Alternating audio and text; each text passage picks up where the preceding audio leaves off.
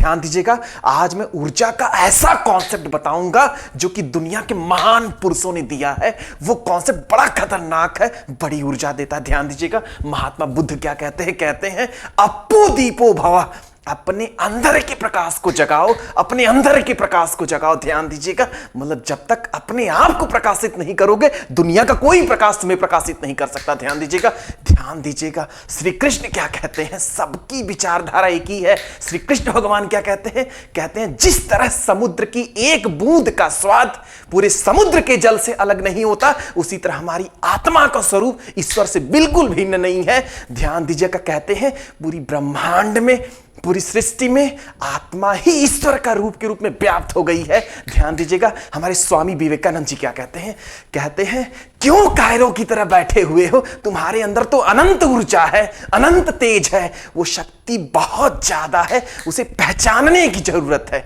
ध्यान दीजिएगा, उसी शक्ति के बारे में कबीरदास जी ने क्या कहा है, कहते हैं कस्तूरी कुंडली बसे मृग धूरत चकमाही, घट घट में राम है दुनिया देखत नाई। ध्यान दीजिएगा, कहते हैं जिस तरह कस्तूरी जो है मृग के नाभि में बसती है और मृग उसे बन बन ढूंढता है, उसी प्रकार ईश्वर हम लोग के अंदर व्याप्त है, आत्मा के रूप में है, बस उसे ढूंढ नहीं पाते हैं। ध्यान दीजिएगा, उसी शक्ति की बात करते हैं। गुरु गोविंद सिंह क्या कहते हैं, चिड़िया से मैं बाज लड़ावा, 1.25 लाख से एक लड़ावा, ता मैं गुरु गोविंद सिंह कहावा। ध्यान दीजिएगा, वो इसी शक्ति की कल्पना किए हैं कि बहुत ज्यादा शक्ति है, मैं चिड़िया को बाज से लड़ा दूं, 1.25 लाख से एक को लड़ा दूं, तब मेरा नाम गुरु गोविंद सिंह है। ध्यान दीजिएगा, उसी शक्ति की बात हमारे महात्मा गांधी जी ने कहा था, उन्हें समझना आसान नहीं है। क्या कहते थे, पाप से घृणा करो, पापी से नहीं। जिस दिन पापी सही हो जाएगा उस दिन वो पूजनीय हो जाएगा। ध्यान दीजिएगा,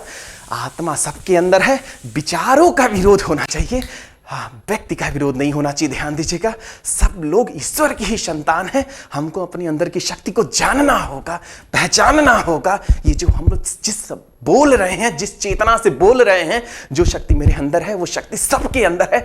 हम आप पूरी दुनिया सब भाई बहन है। ध्यान दीजिएगा, सब उसी ईश्वर की संतान है, पहचानने की जरूरत है, यही ऊर्जा आपको आगे ले जाएगी।